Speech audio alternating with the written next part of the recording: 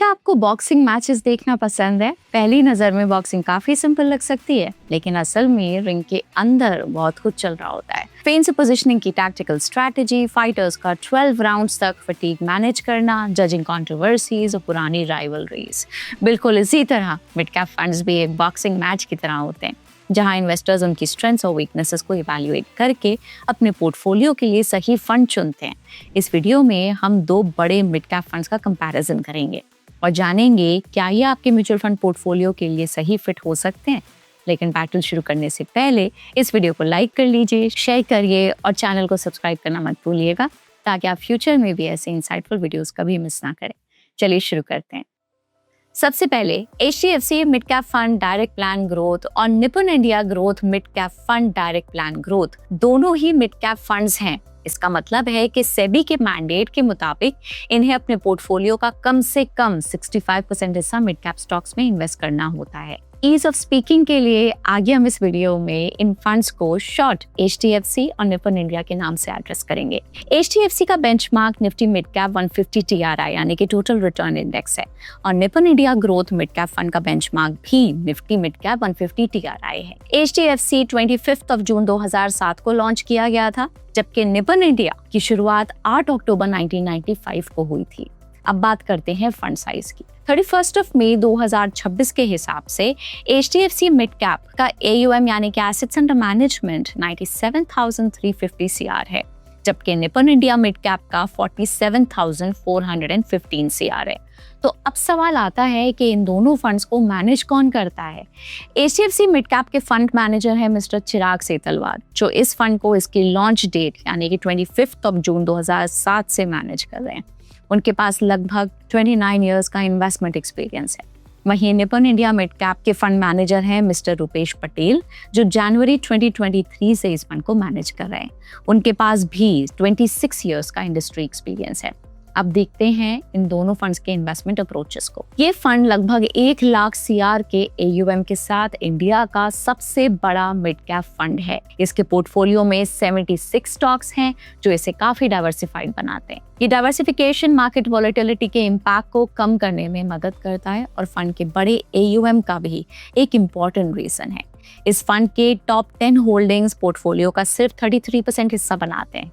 इसका मतलब है कि फंड की परफॉर्मेंस सिर्फ 3 या 4 हैवी वेट स्टॉक्स पे डिपेंड नहीं करती। अगर कोई एक टॉप होल्डिंग अंडर परफॉर्म भी करती है, तो उसका ओवरऑल पोर्टफोलियो पे इम्पैक्ट काफी हद तक लिमिटेड रह सकता है। साथ ही किसी भी सिंगल स्टॉक में एलोकेशन लगभग 4% के आसपास ही रखा गया है, जो कॉन्सेंट्रेशन रिस्क को कंट्रोल करने में हेल्प करता है।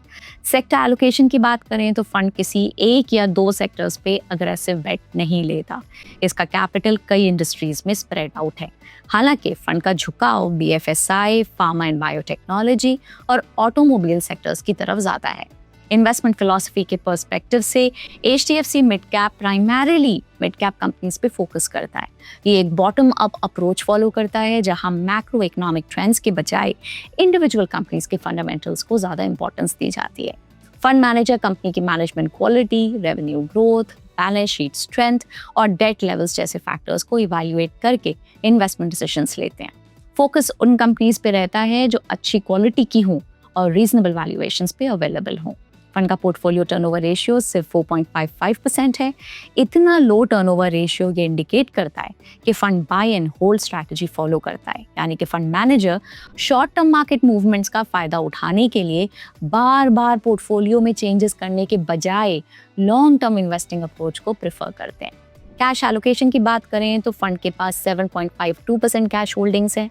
इसका मतलब है कि फंड मैनेजर करेक्शन के दौरान अट्रैक्टिव अपॉर्चुनिटीज को कैप्चर करने के लिए कुछ कैश रिजर्व करके रखते हैं। वैल्यूएशन पर्सपेक्टिव से देखें तो फंड का पोर्टफोलियो P रेशियो 24.78 है, जो बेंचमार्क के PE रेशियो 30 से कम है। बेंचमार्क से lower PE ratio generally value oriented investing approach की तरफ संकेत देता है। एसेट एलोकेशन के हिसाब से HDFC मिड कैप का फोकस मिड कैप स्टॉक्स पे है, लेकिन फंड स्मॉल कैप स्टॉक्स में भी मीनिंगफुल एलोकेशन रखता है। स्मॉल कैप कंपनीज में लॉन्ग टर्म ग्रोथ पोटेंशियल काफ़ी ज़्यादा हो सकता है और ये फ्यूचर के मार्केट लीडर्स बन सकते हैं। फंड मैनेजर शायद इन कंपनीज में अर्ली स्टेज पे इन्वेस्टमेंट करके उनके ग्रोथ जर्नी का फ़ायदा उठाना चाहते हैं। हालांकि स्मॉल कैप एक्सपोजर का एक डाउनसाइड भी है। बुल मार्केट में ये रिटर्न्स को सिग्निफिकेंटली बूस्ट कर सकता है, लेकिन मार्केट करेक्शन के दौरान पोर्टफोलियो की वॉलेटिलिटी और ड्रॉडाउन्स भी बढ़ सकते हैं। अब देखते हैं Nippon India mid cap fund के इन्वेस्टमेंट अप्रोच को। ये फंड भी एक bottom up investment approach follow करता है, जहां स्टॉक सिलेक्शन का फोकस इंडिविजुअल कंपनीज पे रहता है। हालांकि fund management team macro economic environment में होने वाले बड़े चेंजेस जैसे कि interest rates, crude oil prices और जियोपॉलिटिकल डेवलपमेंट्स को भी ध्यान में रखती है। फंड प्राइमरली उन मिड कैप कंपनीज में इन्वेस्ट करता है जिनमें fund manager future market leaders बनने का पोटेंशियल देखते हैं। साथ ही ये fund growth at a reasonable price यानी कि गैप इन्वेस्टमेंट स्टाइल फॉलो करता है, जहां ग्रोथ और वैल्यूएशन दोनों को बैलेंस किया जाता है। इस फंड का AUM लगभग 47,000 CR है, जो HDFC के मुकाबले लगभग आधा है, लेकिन डाइवर्सिफिकेशन के मामले में ये फंड भी काफ़ी स्ट्रॉन्ग है। फंड के पोर्टफोलियो में 99 स्टॉक्स हैं, जो इसे काफ़ी डाइवर्सिफाइड बनाते हैं और मार्केट वॉलेटिलिटी के इम्पैक्ट को कम करने में मदद करते हैं। इसके टॉप 10 स्टॉक्स पोर्टफोलियो का सिर्फ 23% हिस्सा बनाते हैं। साथ ही पोर्टफोलियो के अधिकतर स्टॉक्स का एलोकेशन 2% से भी कम है। इसलिए अगर कुछ इंडिविजुअल स्टॉक्स अंडर परफॉर्म भी करते हैं तो उनका ओवरऑल पोर्टफोलियो पर प्रभाव काफ़ी लिमिटेड रह सकता है। सेक्टर एलोकेशन के पर्सपेक्टिव से निपन BFSI सेगमेंट पे काफ़ी स्ट्रॉन्ग फोकस रखता है। इसमें खासकर private banks, high growth NBFCs, insurance companies और कैपिटल मार्केट लिंक्ड बिजनेसेस शामिल हैं। इसके अलावा फंड कंज्यूमर डिस्क्रेशनरी और सर्विसेज सेक्टर में भी ओवरवेट पोजीशन रखता है, जिसमें रिटेल, ई-कॉमर्स और स्पेशलाइज्ड कंज्यूमर सर्विसेज जैसे बिजनेसेस शामिल हैं। हेल्थ केयर सेक्टर भी फंड के की फोकस एरियाज में से एक है। कैश एलोकेशन की बात करें तो फंड के पास सिर्फ लगभग 1% कैश होल्डिंग्स है। हिस्टोरिकली ये फंड कैटेगरी एवरेज के कंपैरिजन में काफ़ी ज़्यादा स्टॉक्स होल्ड करके रखता है। इस ब्रॉड डाइवर्सिफिकेशन की वजह से फंड को एक बड़े कैश बफर की ज़रूरत महसूस नहीं होती, क्योंकि रिस्क पहले ही कई स्टॉक्स में स्प्रेड हो चुका होता है। वैल्यूएशन पर्सपेक्टिव से देखें तो फंड का पोर्टफोलियो PE रेशियो 27.43 है, जो बेंचमार्क के PE रेशियो 30 से कम है। बेंचमार्क से लोअर PE रेशियो ये इंडिकेट कर सकता है कि फंड वैल्यूएशन डिसिप्लिन भी मेंटेन करता है। फंड का पोर्टफोलियो टर्नओवर रेशियो लगभग 7% है, जो एक बाय एंड होल्ड अप्रोच को रिफ्लेक्ट करता है।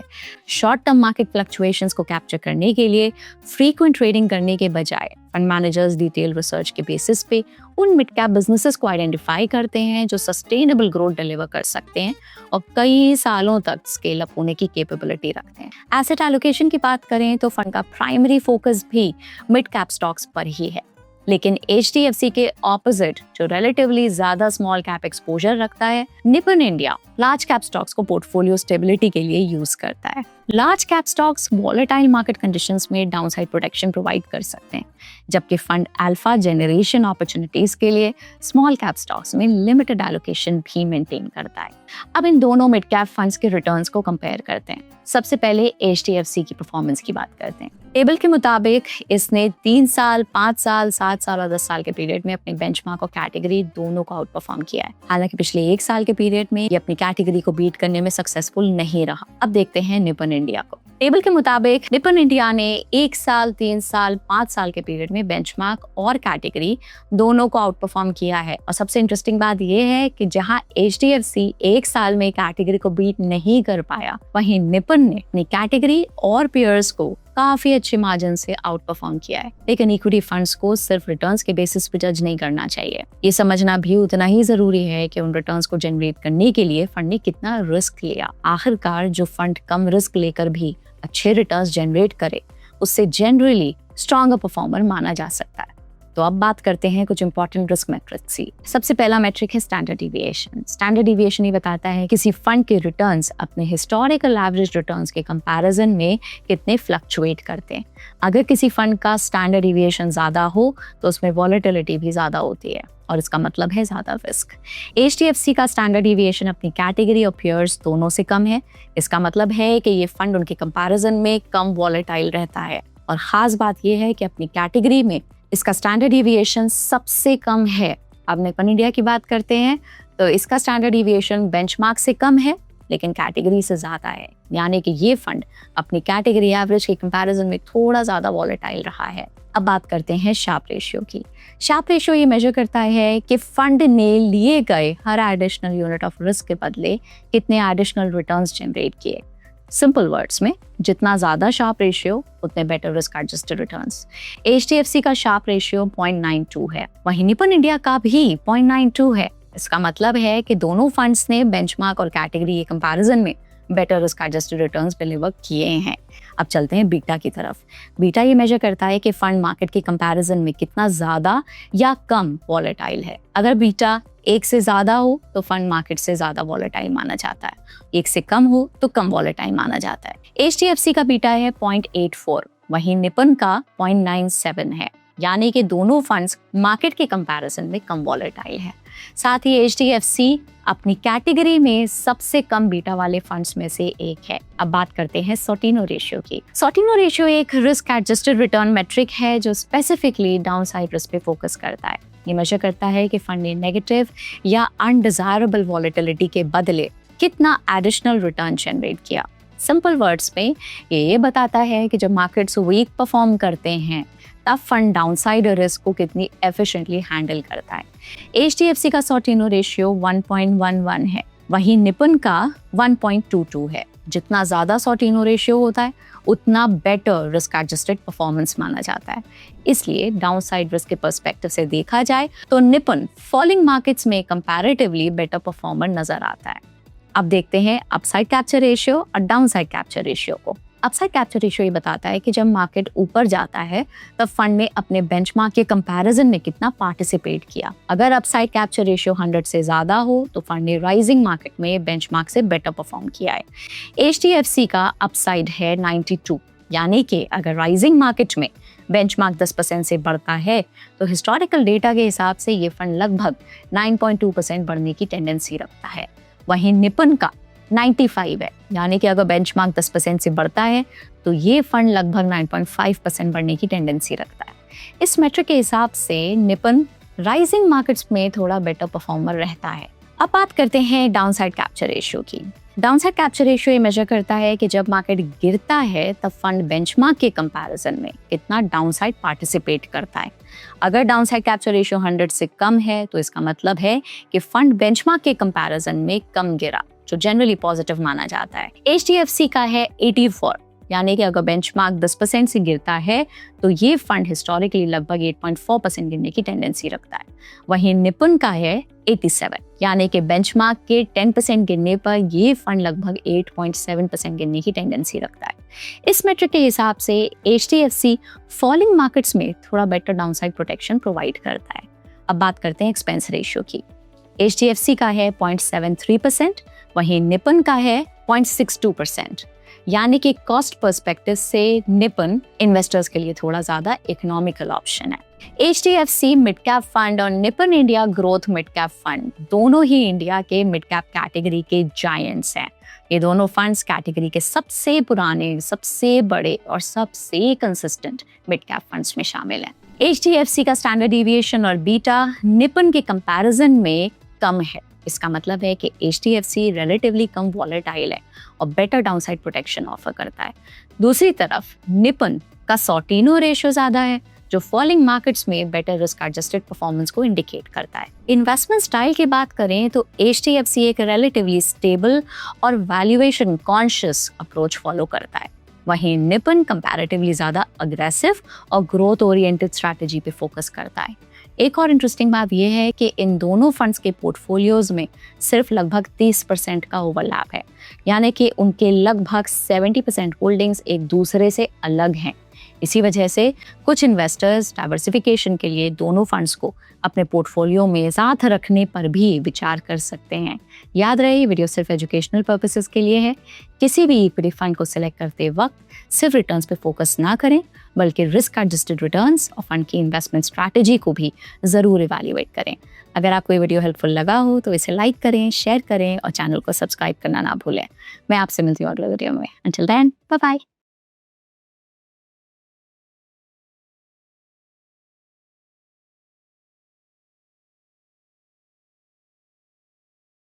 Investment in securities market are subject to market risks. Read all the related documents carefully before investing. Please read the risk disclosure documents carefully before investing in equity shares, derivatives, mutual fund, and or other instruments traded on the stock exchanges.